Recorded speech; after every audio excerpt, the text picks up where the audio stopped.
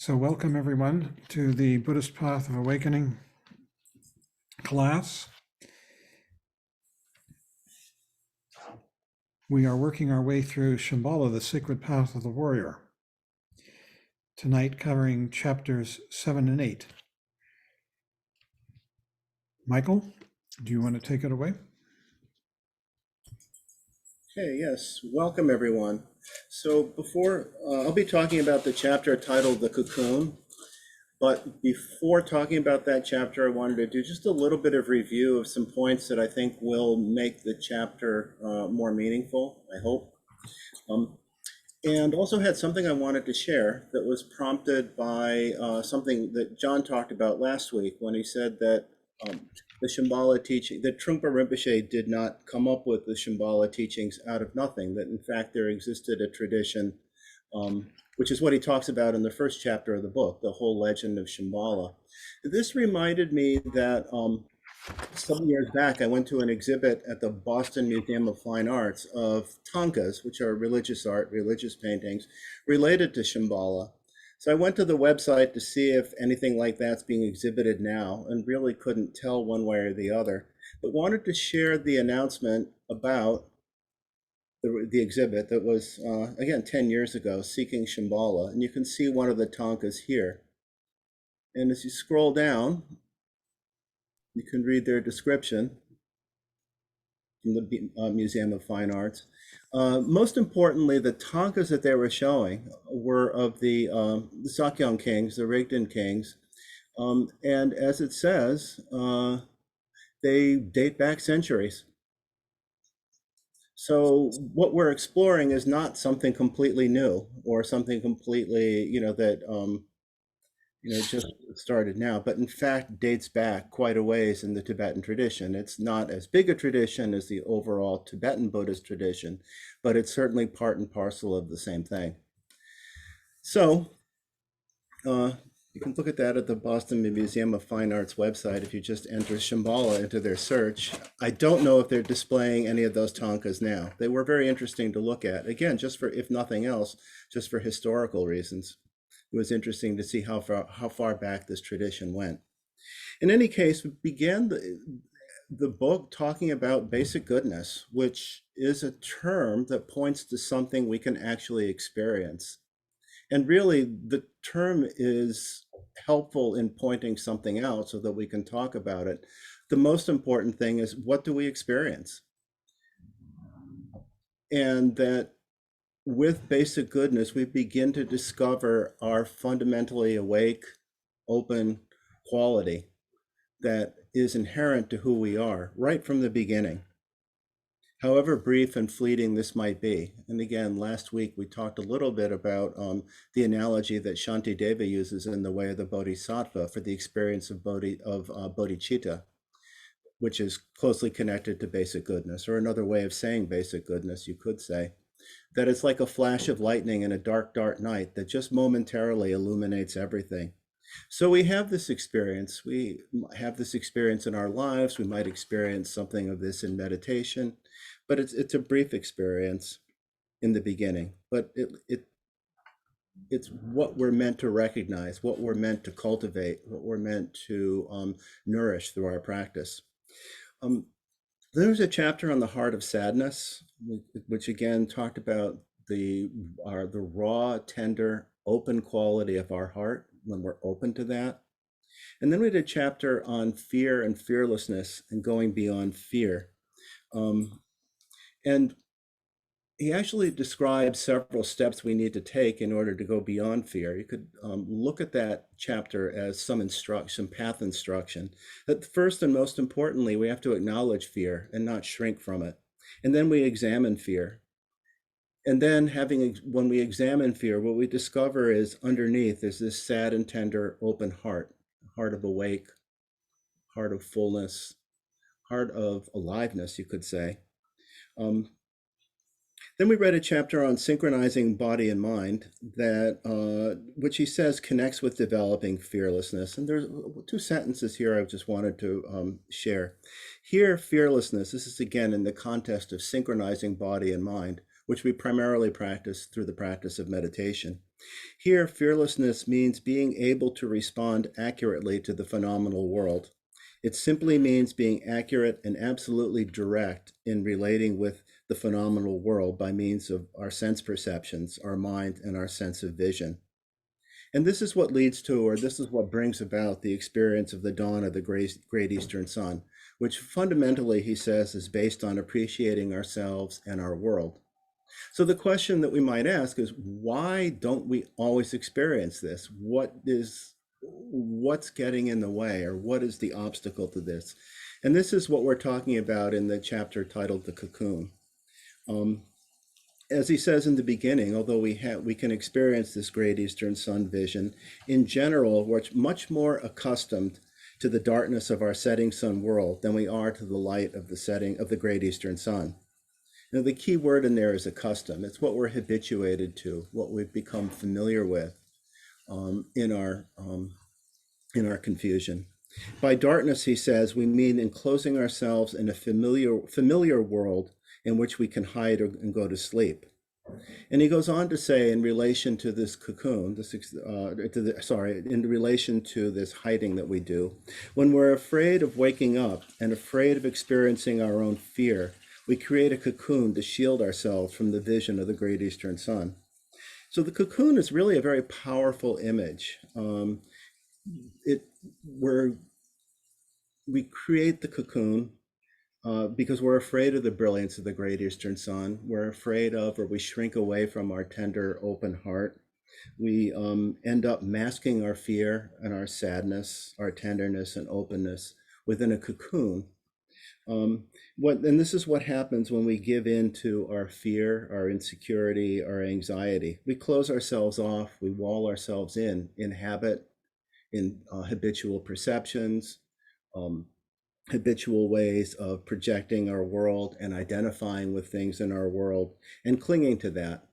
So the cocoon refers not only to how the external world, but more importantly, psychologically, how we relate to the world in our minds. And that what we're doing here is creating a world that seems safe, that seems secure, seems predictable, out of this desire for security and predictability. And we become absorbed in this world. It's, you could say, like a self-hypnosis, or something that we cling to very strongly, so that we don't have to deal with us, that we try to wall off or enclose ourselves in some kind of darkness, where we don't have to relate to our fear, our potentiality for great Eastern Sun, or basic goodness. As he says, we prefer to hide in our own jungles and caves. It's important to note that this is not basic to who we are, that the cocoon is an overlay, that it's something we create, not something that we fundamentally are. Although what happens, because we become so accustomed to it, that it feels as if it is. And that's, again, another important part of that word accustomed, that we actually come to identify with our cocoon. We come to identify with the ways in which we narrow our world down, shrink our vision, become attached to things as me and mine, and try to shield ourselves from the world around us. And he says, with this, when we resort to cocoon, when we hide in the cocoon, that we may think we've quieted our fear, but what we're actually doing, we're actually making ourselves numb with fear. We're so afraid of our own fear that we deaden our hearts. So in other words, when we're with the cocoon, we actually shut ourselves down, close the world out, and close ourselves off to ourselves as well. This is the opposite of synchronizing body and mind. You could say it's a desynchronization. And it means that we experience something quite different than being absolutely accurate and absolutely direct in relating with the world by means of our sense perceptions.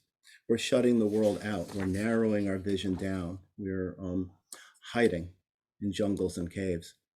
And he says this is the way of cowardice, actually, is to embed ourselves in the cocoon in which we perpetuate our habitual patterns.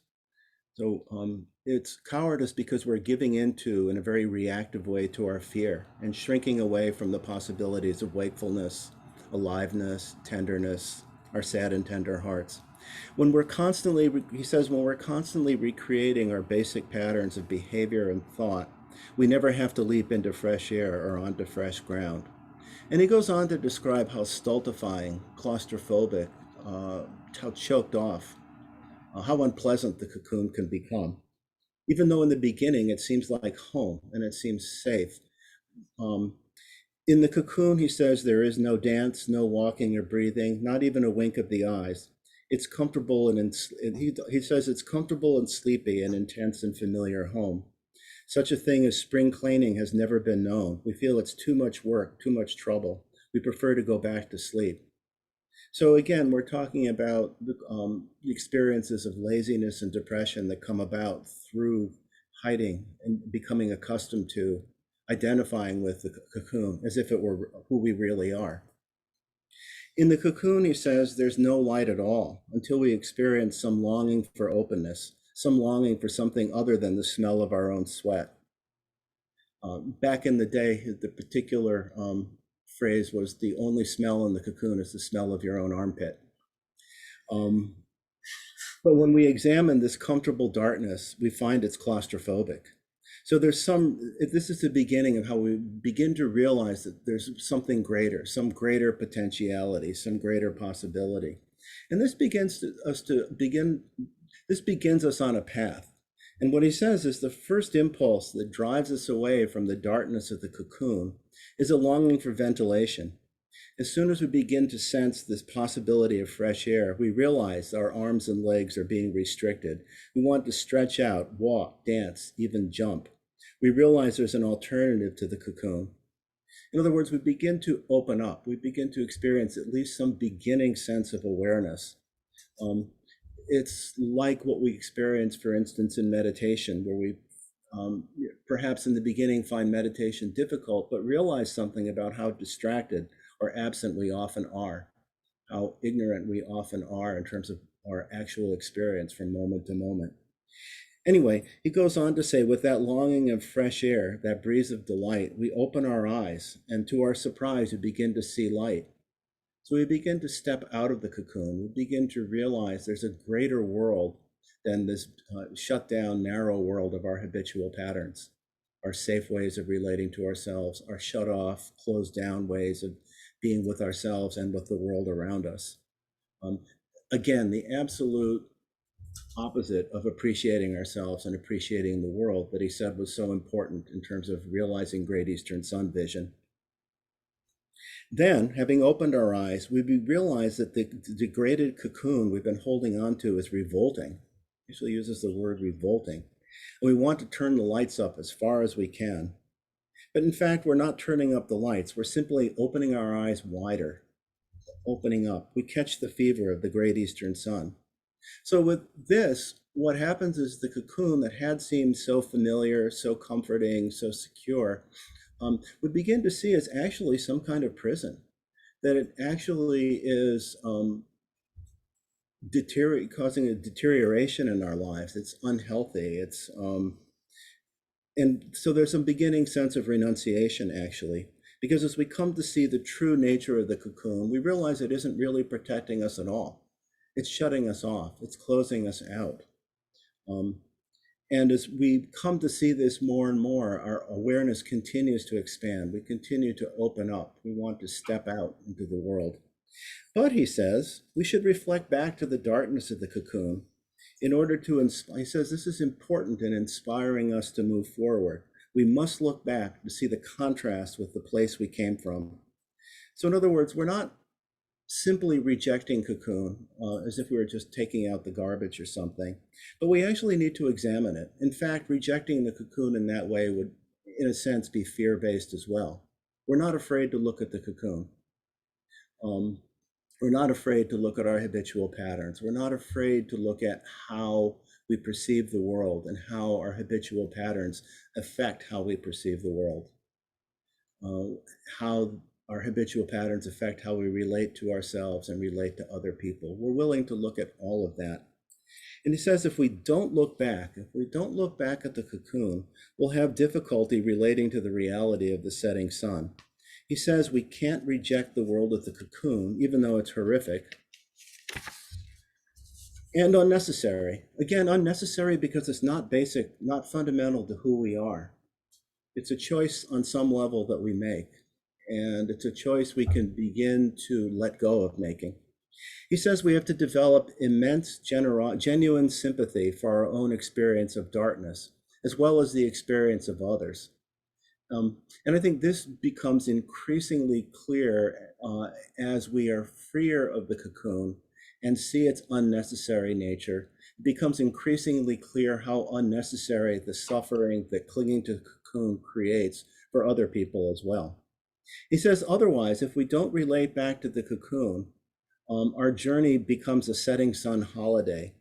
Without the reference of looking back, we have a tendency to create a new cocoon.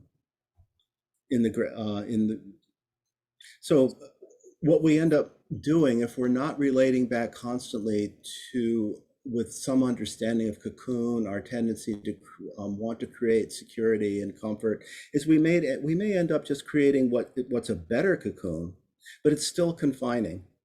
It's so looking back helps us to recognize our clinging, helps inspire us to let go, as well as helps us to have sympathy and compassion for other beings. So when we look back to the cocoon and see the suffering that takes place in the world of the cocoon, that actually inspires us to go forward in our journey of warriorship. So again, there's further letting go. We realize we don't want to be confined or limited. We don't want to be fearful. We want to relate more fully to our hearts and to the world around us. And as he says, it's a journey that's unfolding within us. And with this, as we go further, as we open further to the world around us, and as we open further to ourselves, remember that was one of the terms that was used earlier in the book, that we open ourselves to ourselves, primarily through meditation practice, but also by our willingness to examine our experience, our willingness to look at our lives. So as this happens, we begin to appreciate the Great Eastern Sun, not as something outside of us, but as the Great Eastern Sun on our head and shoulders, our face, our lips, our chest. We find that the attributes of the Great Eastern Sun are reflected in every aspect of our being. So, in other words, as we practice further and study further and contemplate further and examine further, we become accustomed to a different way of seeing ourselves and being in our experience. And we come to identify, rather than with cocoon, we become increasingly able to identify with our basic goodness, our capacity for Great Eastern Sun vision. So it's a real switch of allegiance. It's a real difference in what we identify with and what we're willing to see in ourselves and in the world. He says this brings about a feeling of being a truly human being, that there's something very real and rich in our human experience, our human existence. So we're really talking here about something more fruitional, that out of that feeling, a tremendous sense of health can then be propagated to others. In fact, propagating health to our world becomes a basic discipline of warriorship. In other words, as we become more able to identify with our basic goodness, our fundamental health, we become increasingly able to work with the world in a way that's, as we said earlier, accurate and direct. And he says that this, in fact, propagating health becomes a basic discipline of warriorship, but that this discipline is not something imposed from outside. In other words, it's not an artificial goal or some imagined state of being that we impose on ourselves or that's created by our conceptual mind. But rather, he says, this discipline is an organic process that expands naturally from our own experience. Again, he says it's an organic process that expands naturally from our own experience. When we feel healthy and wholesome ourselves, then we cannot help but project that out to others. He says the Great Eastern Sun brings natural interest in the world outside, that this interest happens spontaneously, organically, because there's already so much health and togetherness taking place for the warrior. The warrior feels the world is naturally full of interest, the visual world, the emotional world. So interest, he says, so interest or inquisitiveness, curiosity, openness, appreciation, interest or inquisitiveness manifests as raw delight together with the rawness and tenderness. And again, we're back to considering how to relate to this experience, because he says usually delight makes us develop a thick skin or a feeling of smugness. But this is just self-affirmation.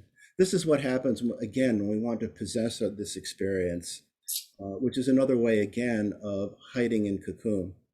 Rather, he says we need to, as he said in other places, we need to disown our experience and sustain our awareness. But in this case, he says, this sense of delight has a touch of pain in it because you feel so sore and raw in relation to your world. In fact, tenderness and sadness, as well as gentleness, actually is what actually produces a sense of interest. So again, it's our willingness to not be afraid, not to give in to the tendency to create cocoon, but rather our willingness to relate to sad and tender heart, our fundamentally awake, open, basic goodness. This is what actually produces a sense of interest and a sense of health. He says, you're so vulnerable at this point, you can't help being touched by the world. And he says, in this point, sad and tender are the saving grace. So the warrior doesn't develop a thick skin. In other words, doesn't create just another cocoon out of experience, but rather is able to remain in openness, awareness, compassion, tenderness. It says, whenever there's interest, the warrior reflects back to the sadness, the tenderness, which produces further genuineness and sparks further interest. So this is a little bit more then about the Great Eastern Sun and Great Eastern Sun vision, that it illuminates the way of discipline for the warrior. So again, remember, we're talking about discipline here as an organic process, something that spontaneously develops as we open ourselves and to the world further and further. He says the analogy is the rays of light in sunrise are like a pathway for the warrior. And in this way, the Great Eastern Sun creates an atmosphere in which you can constantly move forward, recharging energy all the time. And this is another difference between Great Eastern Sun vision and in the cocoon. Cocoon deadens energy. That's the whole idea of what he's talking about with the can't dance, can't walk. It actually deadens energy, deadens our aliveness. So he says, even if what you're doing is repetitive, every minute is new. Every minute is a new page. This is very much like the line in the chant, whatever arises is fresh, the essence of realization. So we're just able to stay with our awake quality, our fundamentally awake mind. The warrior doesn't need, he says, the warrior doesn't need to read comic books to entertain himself or be cheerful. The world goes on around the warrior. The world that goes on around the warrior is what is. And in that world, the question of entertainment doesn't arise. So the Great Eastern Sun provides the means to take advantage of your life in the fullest way. And he says there's no warfare. It's all victorious. There's nothing to conquer, no fundamental problem or obstacle to overcome. And that this is not based on suppressing negativity or overlooking negativity. But if you look back through your life, step by step, to who you are, what you are, why you are in this world, you won't find any fundamental problems. So again, it brings us back to having some fundamental appreciation of ourselves, fundamental appreciation of the world, fundamental appreciation of our capacity, our basic goodness, our fundamentally awake mind. It's not a matter of talking ourselves into believing everything's okay, but rather if we actually look, if we take our whole being apart and examine it, we find that we're genuine and good just as we are. In fact, he says, the whole of existence is well constructed. So in this sense, as we, just to refer back to the Mahayana teachings, this is why we're able to always maintain a joyful frame of mind, a joyful state of mind. He says, even though there are challenges, but the sense of challenge is very different from the setting sun feeling that we're condemned to our world and our problems. That this is a very different feeling. And he says, occasionally people are frightened by the vision of the Great Eastern Sun because not knowing the nature of fear, which is what happens if we don't slow down and examine our fear. If we don't know the nature of fear, we can't go beyond it. But once you understand something about cowardice, cocoon, our habitual reactions to fear, and are able to begin to acknowledge and relate with fear, once you know that, you know what the stumbling block is, and you can climb over it. So that's how the chapter concludes, that we can do that, and I'll turn it over to John at this point.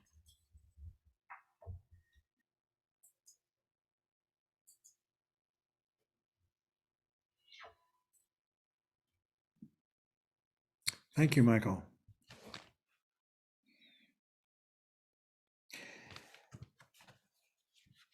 The next chapter builds on this. It's entitled Renunciation and Daring. And of course, what we're renouncing is cocoon. Let's just take a moment and once again remind ourselves of the meditative state of mind by taking a good posture and bringing your awareness right here into this present moment. Let's take a gallery view so we can see everybody here for a second.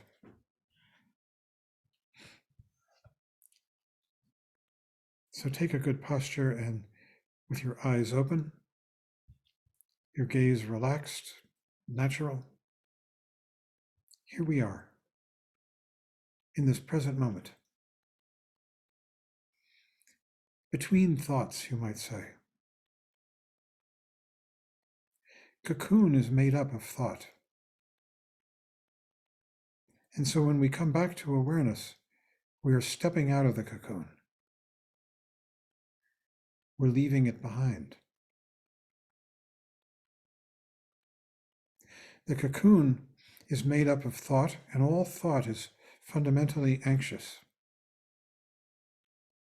It's about I and the well-being of I. But when we come back to this simple, clear awareness here and now, those thoughts of I dissolve, evaporate. If only for an instant or longer. So you can relax now. I hope not back into the cocoon. Barry, again, thank you.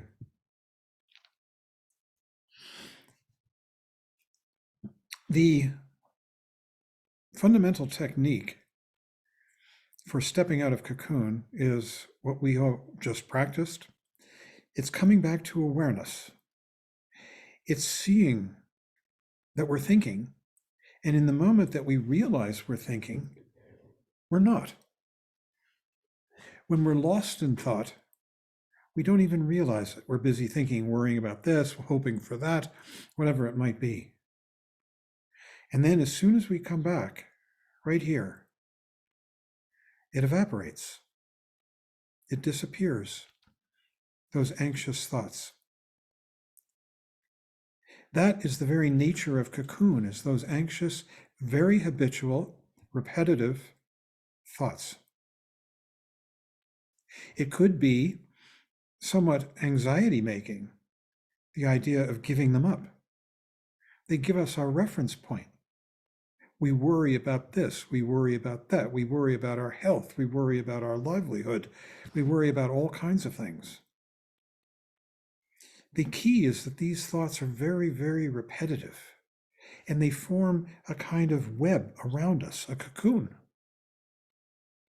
And we are constantly absorbed in them, and we don't see the light of day, or the light of day is dimmed because it's coming through this web of anxious, frightened, worrying thought. So these thoughts, which are full of fear, provide us with the stepping stones to step out of our cocoon. Because as soon as we realize, oh yes, I'm having that same habitual thought again, worrying about whatever it might be, my health, my money, my love life, my computer, my whatever it is. As soon as we see that, we can step beyond it. We already have, really, into the light of clear awareness. That doesn't mean that we give up the practical concerns of our lives. We all need to make a living, raise our families, take care of our bodies as best we can, shepherd them as they decline into old age and death. These are practical concerns, but it's the repetitive, worrying quality of these dreams with which we have a kind of perverse entertainment. That's what needs to be given up, not the practical concerns of living a life. So he says at the very beginning of this chapter that fear situations in our lives provide the stepping stones to step over our fear. How do we do it? Simply by coming to awareness. When we're lost in the fear, the thought of fear, we don't even realize we're doing it until suddenly we realize, oh yeah, I'm having that same habitual pattern again, that thought, and then you can let it go. He says, and by bringing it to awareness. This is a kind of bravery. We may not find this bravery right away. And he says, instead, we may find a shaky tenderness beyond our fear. That tenderness has to do with the appreciation of this world beyond the fear, and worrying maybe a bit that we need our fear, that we need to be constantly worrying about my health, my love life, my money, whatever it might be.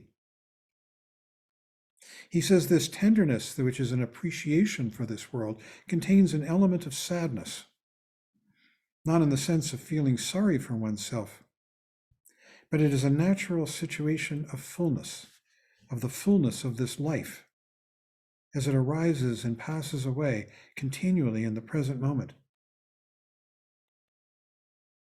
He said, you feel so full and rich, as if you were about to shed tears. It's really an appreciation of the beauty of this world and of its tender transience, constant falling away. He says, the warrior is sensitive to every aspect of phenomena, sight, smell, sound, feelings. The warrior appreciates everything that goes on in the world as an artist does. His, her experience is full and extremely vivid.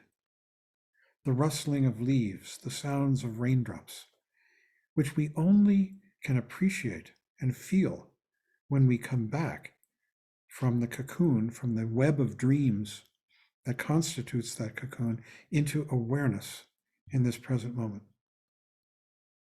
Occasional butterflies fluttering around may be almost unbearable because he or she is so sensitive, so sensitive. And just seeing this, one can be lonely. A kind of loneliness in the appreciation.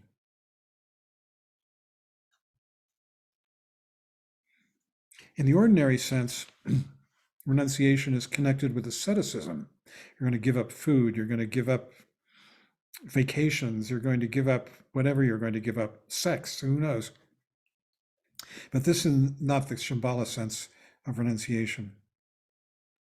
And what the warrior renounces is anything in his or her experience that is a barrier between oneself and others. What's the barrier? It's preoccupation with one's schemes, with one's dreams, with one's worries, with one's fears, with one's plans, with one's hopes. This is what constitutes the barrier between oneself and others. Every time we let them go, we can come back to full appreciation of that person sitting across from us. So he says, in other words, renunciation is making yourself more available, more gentle and open to others. This is the real meaning of renunciation. You're renouncing these preoccupations. For the sake of others, you renounce your privacy. When we're lost in the dreams of the cocoon, we're lost in a little private world. Other people might not know what we're thinking, probably not. They might sense we are, but it's a private world. And when we let that go, we come back into this public world, happening now, this world of I and other. So sometimes he warns us too, you can try to possess that awareness and say, oh, okay, I'm going to be aware of basic goodness. And you have to let that go too. All of it. And just coming back to appreciation of what is arising now in this present moment. It's a tremendous letting go. A letting go of the desire for security, which only lives in thought, which only lives in the cocoon, that desire for security. So it involves stepping out into a much bigger world.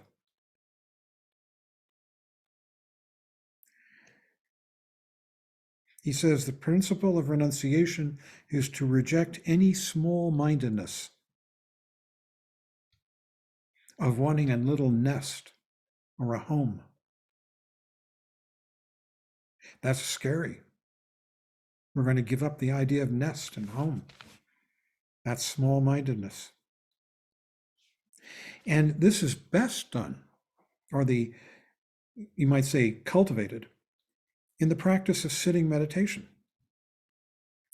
Sitting meditation practice provides an ideal environment to develop renunciation, this kind of renunciation of the cocoon, renunciation of these habitual patterns.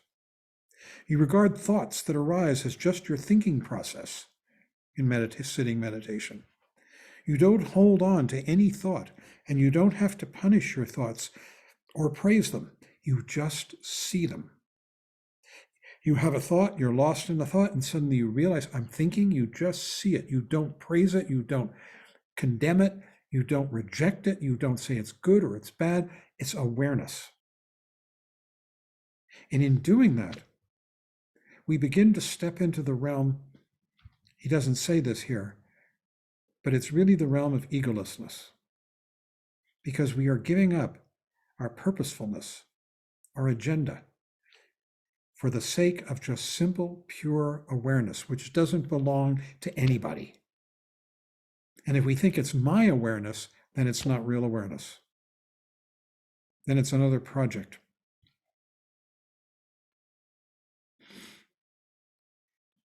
He says,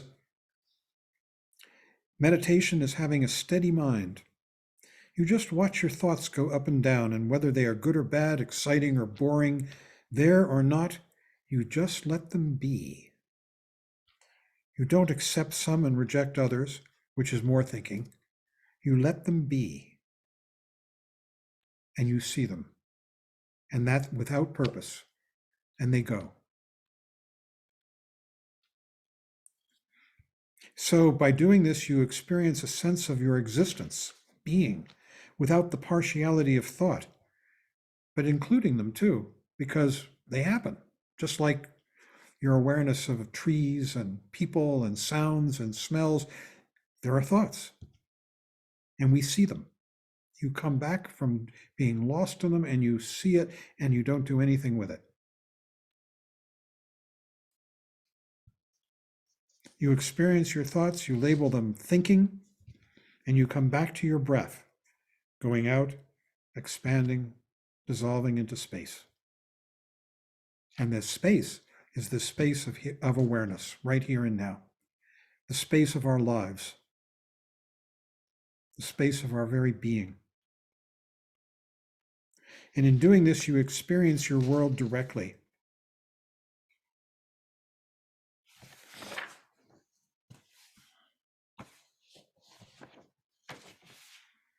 He says at the same time, there is discrimination of what to accept, caring for others, and what to reject, which is caring only for yourself, or the attitude of selfishness. Because In accepting, caring for others, and rejecting selfishness, you open up the world. This world, now, here, present. He says, you are leaving the home of selfishness and embracing the larger world of caring for others. And this requires daring. You have to be able to leap, to take a chance with no insurance. You see, the cocoon is all about insurance. It's all about trying to secure things. We do it repetitively over and over again in our thoughts, and that weaves this web around us in which we live in a sort of in our own armpits. And in piercing that web, we begin to step out into a fresh world, and it requires daring. We are taking a leap. We are letting go of this seeming security of the habitual patterns which constitute the cocoon, that weave the cocoon around us. You disown your thoughts, you step beyond your hope and fear. You can just let yourself be without holding on to the constant reference points that mind manufactures. You do not have to get rid of your thoughts. They are a natural process. You let them be as well. So you're developing trust in the strength of your being, trust in your ability to open, trust in your ability to live this life in the present moment, and extend yourself to others in the present moment. You realize that you are rich and resourceful enough to give selflessly to others.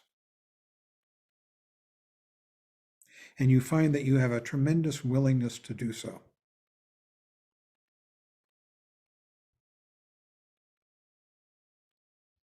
And you become very soft and open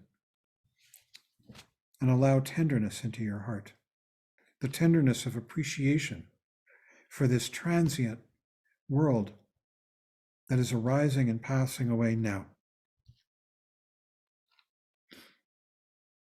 The warrior who has accomplished true renunciation is completely naked and raw, with no desire to manipulate situations, able to be quite fearlessly what he or she is. And I think there's a guard song for the guards, the Vajra guards, and it has this line, not afraid to be a fool.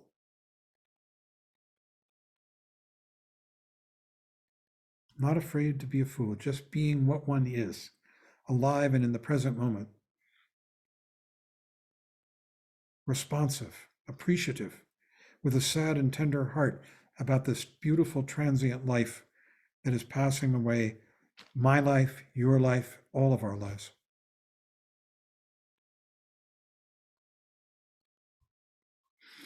The fullness of experience is one's own, yet the warrior is more and more in love with the world.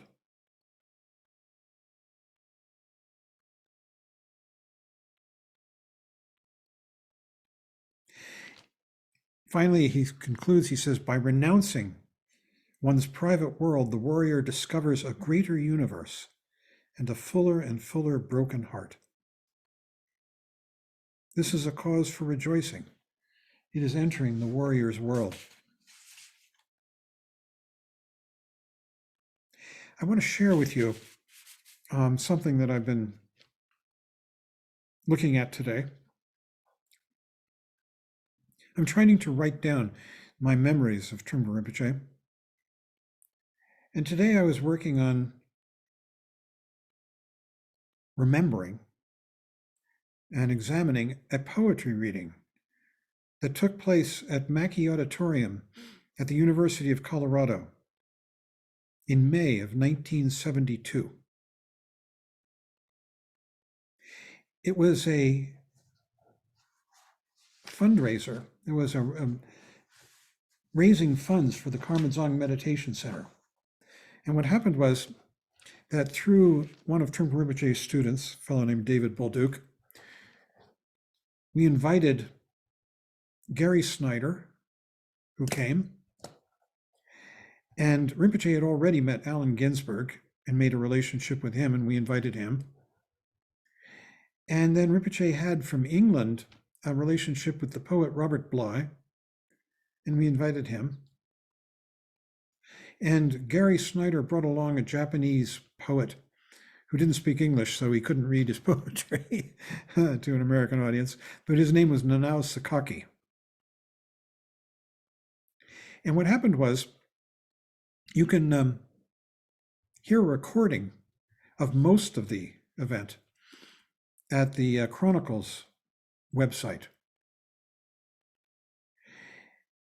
So what happened was that Rinpoche recited his poems in Tibetan, and Alan read the English translation.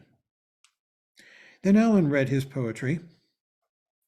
Then Gary Snyder read some poems, and it concluded with Robert Bly reading poems. While Bly was reading, Rinpoche, well, in the middle, on one side were Allen Ginsberg and Rinpoche, and in the middle was Nanao Sakaki, and on the other side were Gary Snyder and Robert Bly. And it was agreed that Nanao, since he didn't speak English, was not going to read any poetry, but he was going to recite the Heart Sutra and lead everybody in the Heart Sutra at the end. So he had a gong in front of him. While Robert Bly was reading his poetry, Trungpa Rinpoche reached over and picked up the gong and put it on his head. He had been drinking quite openly. Robert Bly and Gary Snyder had been drinking surreptitiously. They had a little flask behind them. And Rinpoche had the gong on his head, and the audience, of course, didn't know what to make of this, and they were tittering and so forth. Finally, Bly asked, then Rinpoche took the gong off. Everything quieted down. Then he leaned over to Allen Ginsberg and he started whispering. You could see him whispering, and Ginsberg was going, no, I don't want to do this. You couldn't hear what he was saying, but you could see him saying no. Finally, he acquiesced, and he picked up the gong and put it on his head. Now the audience was making a fair amount of noise, and Bly turned to Snyder and said, "What's going on?" And Snyder pointed down the aisle like this, and Bly leaned forward, and he saw Allen with the gong on his head. Not like that. Allen took the gong off. Bly finished his poetry. Then Nanao led us in the Heart Sutra. And if you remember the Heart Sutra, it ends with the mantra, Gate, Gate, Para Gate, Parasam Gate, Bodhisvaha. And there was this kumbaya moment. Everybody was chanting Gate, Gate over and over again. Gate, Gate, Para Gate, Parasam Gate, Bodhisvaha. And this went on for some time. And finally it ended, and there's this moment. At that point, Trungpa Rinpoche took the mic, asked for the mic, and he went into a speech, some of which was in this recording that you can see on the Chronicles, but a lot of which was not. But in it, even in that part, the first part, you can hear some of what he said. He says, the poets, whatever they say in their poetry, I'm sure they don't mean what they said, and everybody's laughing. He says, please let me apologize for you. He's saying that to the poets. Pause. He says, the drama involved with the poetic scene doesn't mean a thing. Please forgive us. They didn't mean to lay trips on you. Please forgive us. He's saying to the audience, us, the poets. And he's speaking for Snyder and Bly and Ginsberg. Your lives are yours. Go ahead and lead your life, please. Let us not influence you. Please don't pay attention to our dogma, our concept and philosophy. You could reject it. Please reject it. Please, please. Don't take attention to it. You could leave. You are individually what you are, and we will be proud that you have taken a step towards something I couldn't make out. You are welcome. Your life is, you are our guests. We're proud of you that you take part in this. But beyond that, please don't take seriously. Forget whole trips. And there's a lot of laughter. Go back to your depressions, he says. And then there's more laughter. Your problem, it's your problem. Nobody's going to solve except you. But at the same time, on behalf of the poets, Gary Snyder, Robert Bly, Allen Ginsberg, and then Allen chimes in, and now Sakaki, you could take their humble and their poetry that's been read. It wasn't by any means to impress you. Of course, it was. It meant to impress with their tremendous artistry. Thank you. And then he went on, and that part isn't in the recording, that he went on, and he kept saying to people, be who you are. Don't let these poets tell you who to be. He didn't say it that way, but he just kept saying, be who you are, which implied, don't let these poets tell you who to be. Don't buy their trips. And then he kept saying over and over again, go home to your depressions. And I'm sitting there in the audience and I'm thinking, I'd been totally snowed by the poets. And I was thinking, God, I can't write poetry like that. I wish I could, And then I'm listening to him and I'm thinking, oh, he's making a fool out of himself. These people in the audience don't know who he is. And they didn't. They'd come for Snyder and Bly and Allen Ginsberg. They didn't know who Trungpa Rinpoche was. This was 1972. He had barely been here a year and a half. If that. Yeah. And I realized he wasn't going to let it stand. People telling other people how to be, what they should be. He was saying, you have to discover who and what you are beyond the cocoon. Although that he hadn't introduced that term at this point, but that's what it was saying.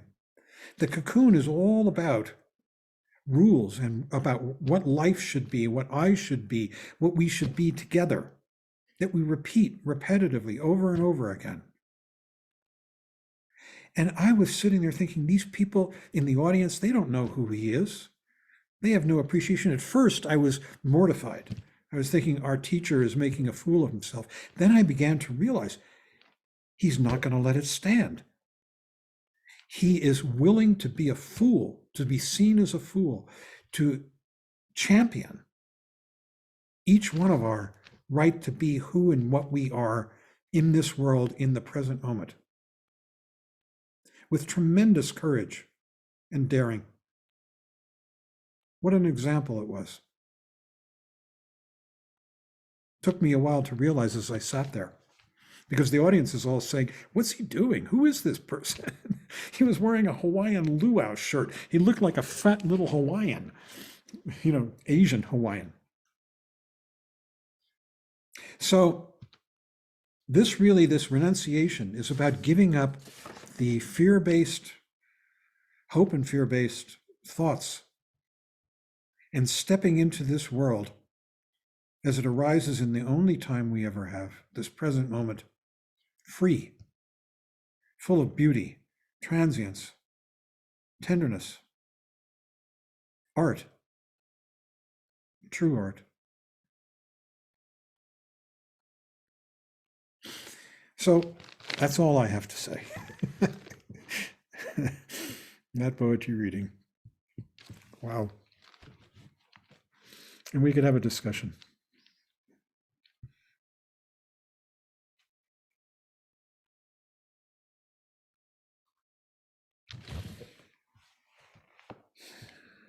John? Hi, Laura. Hi. So about that poetry reading, was it the atmosphere that it was being like you were receiving it of, oh, this is very impressive and I couldn't do it? Or was it the quality of their poetry? Like, was their poetry artistic in the sense that it was an embodiment and a fresh thing of their experience? I can only tell you my reaction, and I think it was the reaction of the audience, was that these were heroes and we were their audience, receiving their gifts.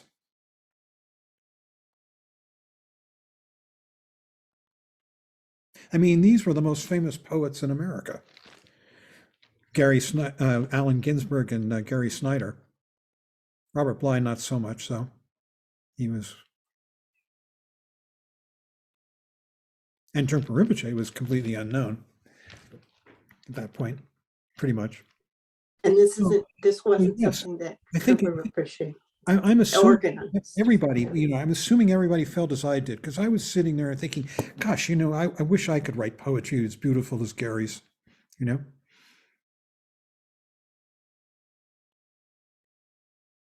Gary was staying with me and the woman who was going to be my first wife, Christy, and Marvin Casper. We had rented a small apartment a university apartment. Rinpoche had asked us, Marvin and me, to move out after a year and a half. We had been living with him. And we rented this apartment up on University Hill. And it had 2 bedrooms downstairs and a living room upstairs. And we didn't have any money, so we hosted Nanao Sakaki and Gary Snyder in that apartment. And Gary slept in one of the bedrooms with Marvin, and Nanao slept on the sofa upstairs. Gary was irritated that we hadn't come up with something better. and we had these dinners where we gave them dinner, where I basically felt that I was living with a Zen, what's the word? One-up. It was that conversation was a constant Zen one-ups from Gary Snyder. I felt like I was being put down all the time. It wasn't a conversation, it was more of a performance. And then, but I was still, totally into it. I loved his poetry. I'd read his poetry, read Allen's too. There was a whole history with Allen. That Trungpa Rinpoche, that's another story. But so we went to the poetry reading, and it was more of the same. And I'm sitting there thinking, wow, Gary Snyder, he's terrific. Wish I could write poetry like that. And then Rinpoche goes into this thing where he says, I apologize for these poets. He said it over and over again. I apologize for these poets laying their heavy trips on you. Go home to your depressions. Be who you are, he kept saying. And I'm sitting there thinking, at first, God, these people don't know who he is. They're just going to think he's an idiot, And then I began to realize that he wasn't going to let it stand for us, for me.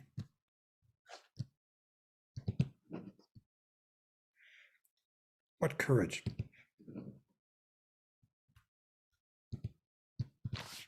So I hope that's okay.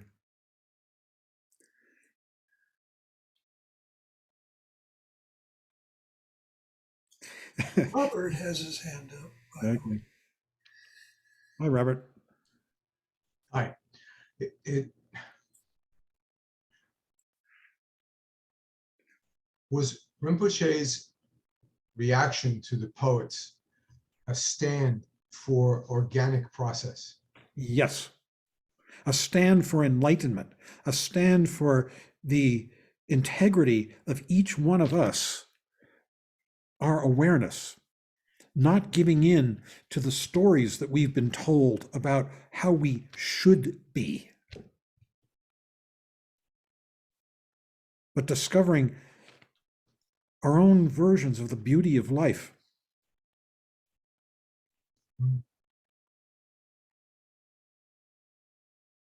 Yeah.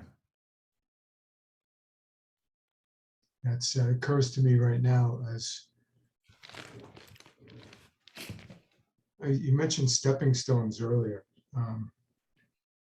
It occurs to me as not skipping over the stones, but engaging the stones as they come up. Yeah, I think so. learning from them. Yeah, we all tell ourselves stories, very repetitive, that can be depressing, saddening, frightening, all kinds of things, hopeful, fearful. And these repetitive stories, this is the cocoon. And we entrap ourselves in this cocoon, this web of stories. Very repetitive about what's wrong with me, what's wrong with my life, what I'm hoping for, what's right with me, whatever it might be.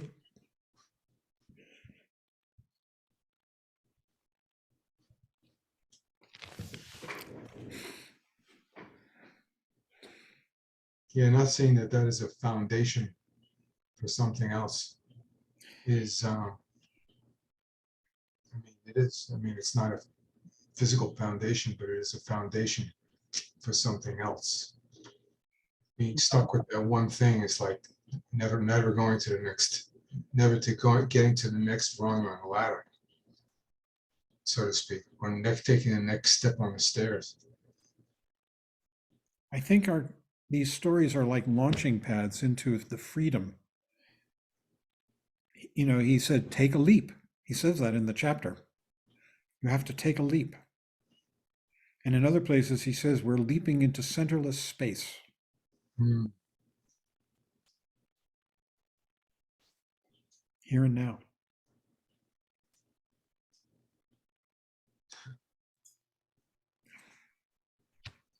Okay. Mark? Hi, John. Hi, everybody. I was thinking also that the wonderful writers and poets that showed up that day and were wonderful, also at the same time for their own well-being. Very big egos there. How easy is it to break through the cocoon when you have such a wonderful, beautiful cocoon, even if it does smell a little. Absolutely. You're dead on. And in fact, there's another story which we don't have time for here, about Trungpa Rinpoche meeting Allen Ginsberg. They had met briefly in New York with Rinpoche was with his student Konga Dawa, Richard Arthur, and they were getting into a cab, and Allen was getting out. And Konga recognized Allen and introduced them, but it was very fast. Then in California, Rinpoche met Allen, and there was a whole very intense interaction that went on for hours around a teaching, in which it was quite violent. And basically, Rinpoche was saying to Allen, in order for us to have a relationship, you have to give up your persona that he had created. He had this huge persona. Allen was the most famous poet in America. He was, demonstrating against, the Vietnam War at Rocky Flats. He was writing, Howl and all that stuff.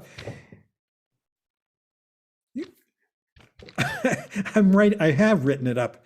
It was shocking, that thing. And basically he was saying to Allen, in order for us to have a relationship, you have to give that up.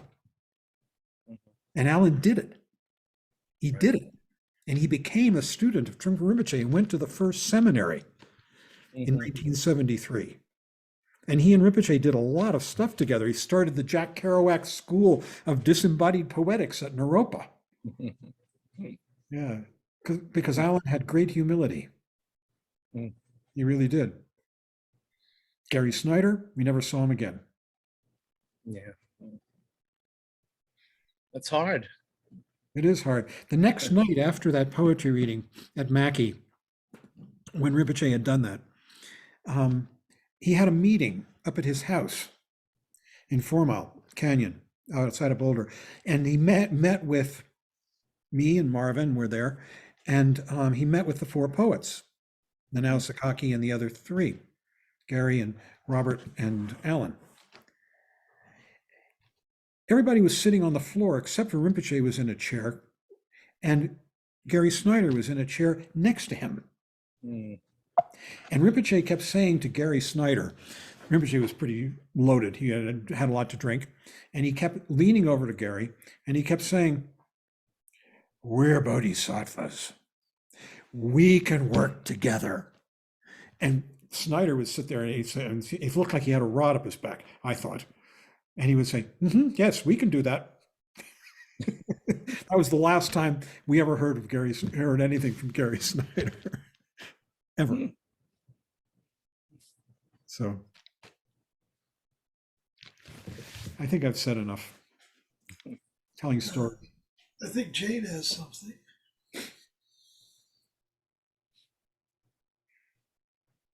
Jane, And there are a couple of people who have their hands raised. That's my favorite.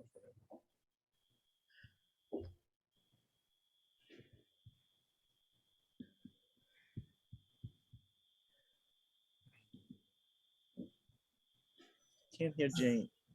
yeah, you're still muted, Jane. Looks like she's working on it.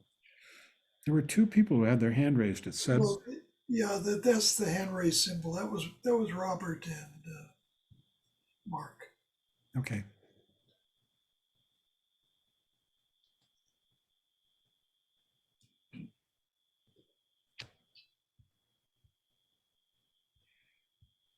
But we carry this cocoon around, the cocoon of our habitual thoughts, which are so anxious and entertaining in a way, perversely so. And every time we come present, we breathe out with the breath and we come present into this present moment, we are stepping out of the cocoon, if only for a second or more. You know, in my experience, when I became aware just how stinky the cocoon is when I would have a moment of being awake. It's like, holy moly.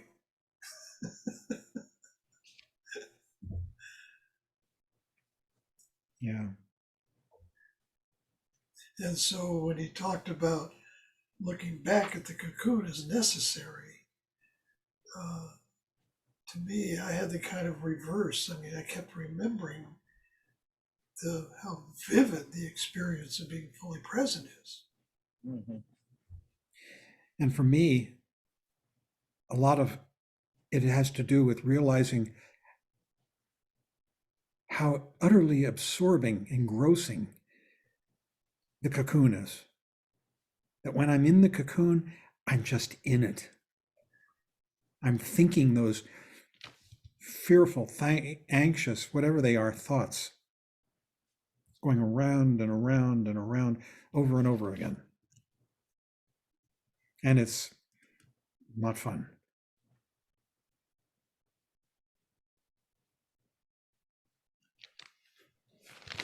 Karen Sue?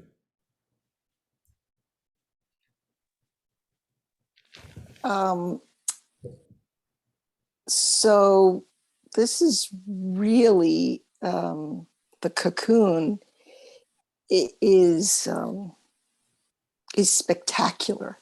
That the whole description of being in the cocoon and then having to, being in the cocoon and then being free of the cocoon is just, it's quite amazing. And yet what I kept thinking about was my cocoon during the pandemic and how the pandemic felt very cocoon-like, and I feel like I'm breaking free from that cocoon these days.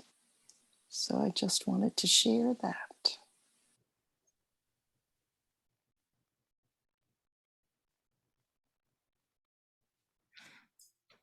Miriam put in, I hope it's okay, I repeat what you put in chat, that Rinpoche seems to be attacking idolatry. Yes, in the sense that he was encouraging people to be who they are and not to wish that they were like someone else.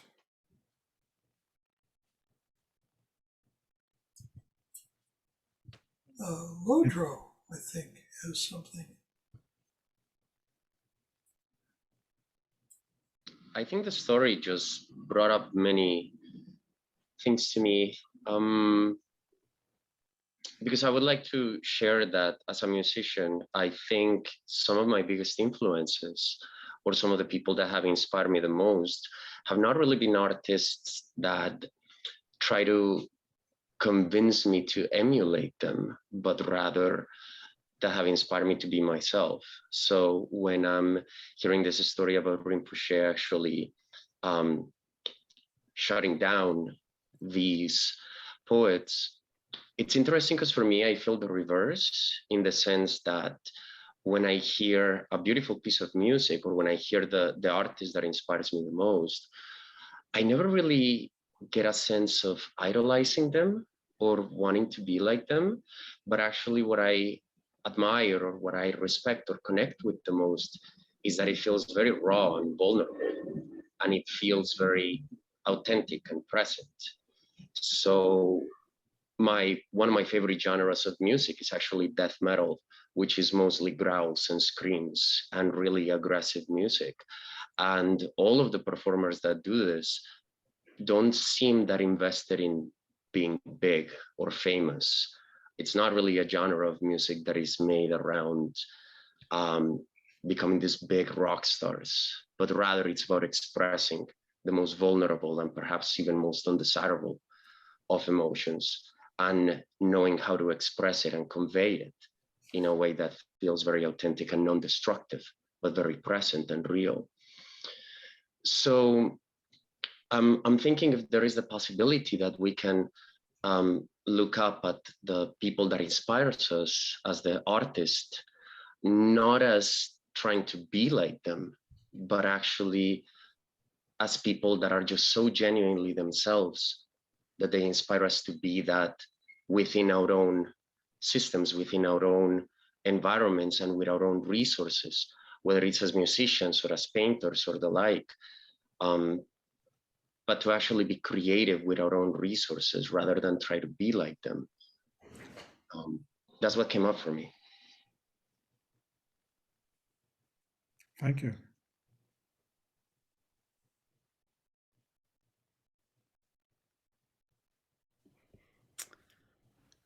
I think the analogy of the cocoon is a really interesting one, because nature's intention of a cocoon is a bardo, right? It's a a way station for transformation and and change, right?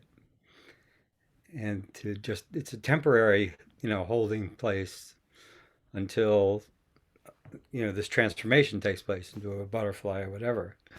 And we somehow hit, I think the implication is that we have somehow uh, perverted that into a comfort zone and something to hold on to, and not something temporary, made it into something permanent. Those are my thoughts. Yeah, I think the thrust is that each one of us, ordinary people, can be an artist,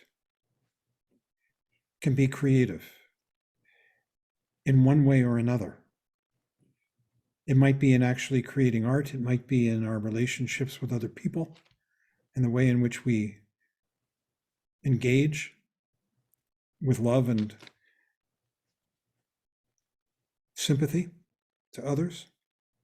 And it might actually be artists. But the point is, I think that he was making is to find each one of us, to find our own integrity and not be made to feel comparative with other people, that there are no heroes for us to worship, as it were.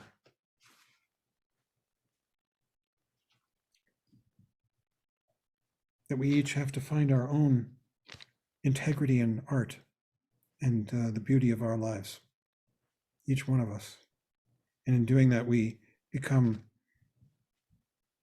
of benefit and of value and a resource and of affection for others.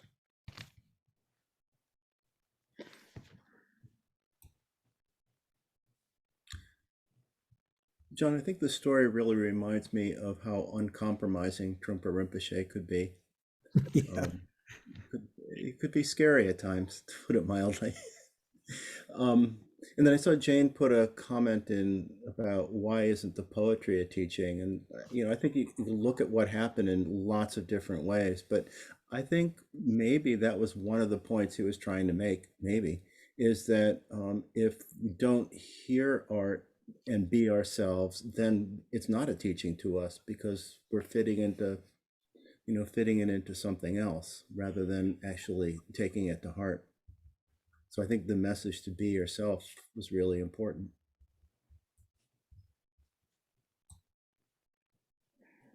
I agree wholeheartedly. Each one of us has huge resources if we can acknowledge them.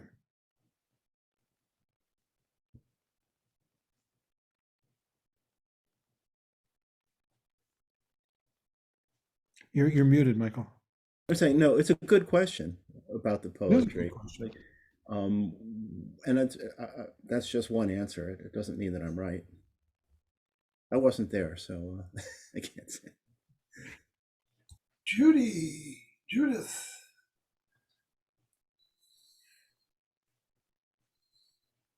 I'm having trouble conceptualizing this evening that you spoke of with the poetry reading. Was he setting this up from the beginning? No. But I mean, it was a fundraiser for his organization, right? Yes, it was. And he goes and invites these big names. Yep. In order to raise the money, right? Yeah. And then He didn't do it. We did it. His student. The students did it. All right. And he knew Robert Bly from the past. Hmm. And Alan. Yeah. But in a way, they were kind of set up. No. No, there was no premeditation. I see. So it just kind of went its own way once it was happening. Very much. Mm-hmm. Because I'm thinking, oh, Gary Snyder wasn't buying it at all, I guess. He was in his own world. Must have really been an evening.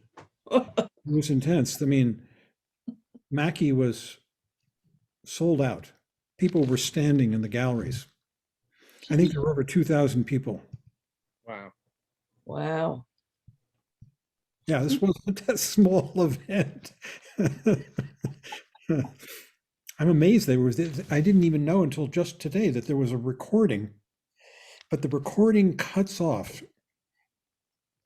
in the end, and you don't hear the last part that Rinpoche said, where he apologized over and over again for these poets laying their heavy trips on you. It's all my fault, he said. I invited them. And he kept repeating that. Go home to your depressions. Anyhow. Yeah. Great. I think the main point, though, this whole idea of the cocoon, is that we carry these around with us, these habitual stories that we tell ourselves over and over again. They're like padding that insulate us from the vividness of life, distract us. I think the cocoon is such an apt metaphor. Yeah. Really, to me, I think it's just exactly correct. Perfect. Insulating, comforting. Yeah. We're pretty much out of time here. Okay. So, Sarah, are you going to lead us in the chants? Yeah. Okay.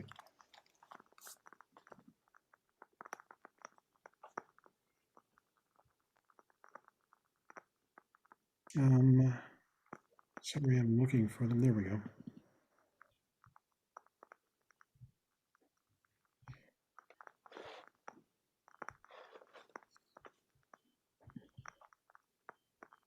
Somebody's typing with their and are unmuted. If you could.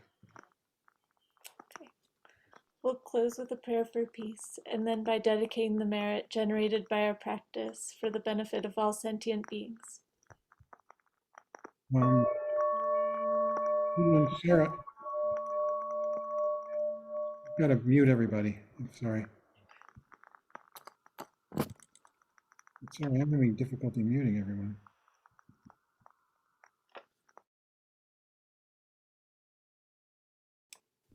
I did it. Yeah.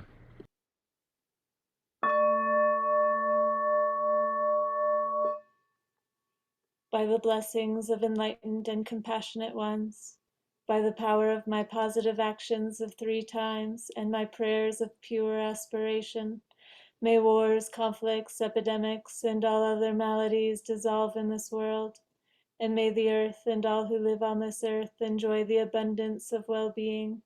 May all learn to live lovingly with each other.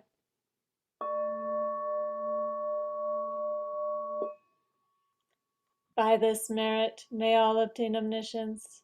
May it defeat the enemy wrongdoing.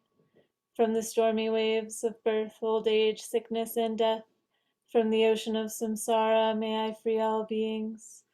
By the confidence of the golden sun of the great east, may the lotus garden of the Rigden's wisdom bloom.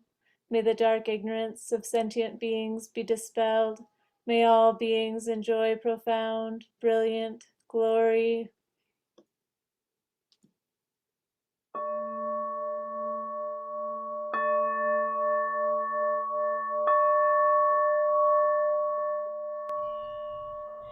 Thank you, everyone. Yeah. Have a beautiful night. Yeah. Thanks, John. Thank Thanks, you. Michael.